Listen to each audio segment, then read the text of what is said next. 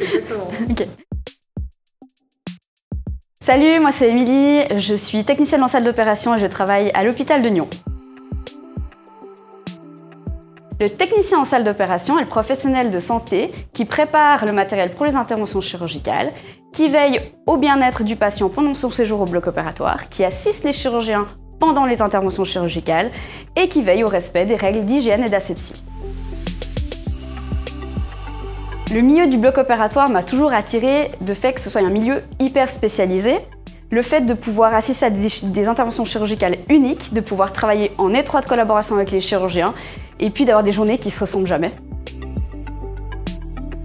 Après mon gymnase, je me suis dirigée vers l'École supérieure de la santé pour 3 ans de formation, où j'ai pu effectuer divers stages dans diverses spécialités. Ensuite, j'ai été engagée au CHUV pour pouvoir instrumenter des interventions hyper complexes qu'on voit qu'en milieu universitaire.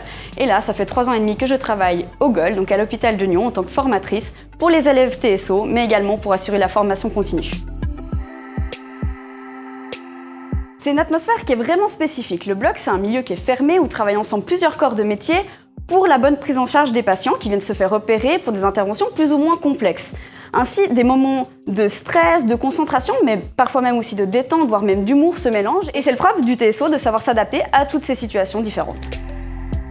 La journée type se déroule de 7 h du matin à 16 h l'après-midi.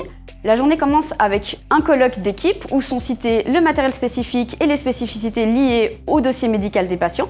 Ensuite, le TSO va vérifier le matériel pour l'intervention qui va suivre, va s'habiller d'une blouse stérile, de gants stériles, va préparer les tables d'instruments nécessaires à l'intervention. Pendant l'intervention, il assiste le chirurgien en donnant et reprenant les instruments au bon moment, en anticipant les demandes des opérateurs.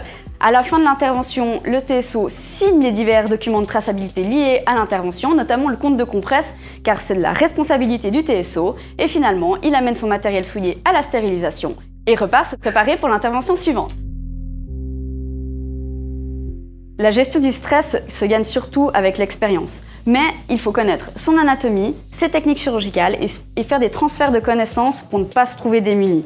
Finalement, c'est au fur et à mesure d'avoir des interventions qui sont complexes que ce mauvais stress se transforme en bon stress qui nous rend plus performants.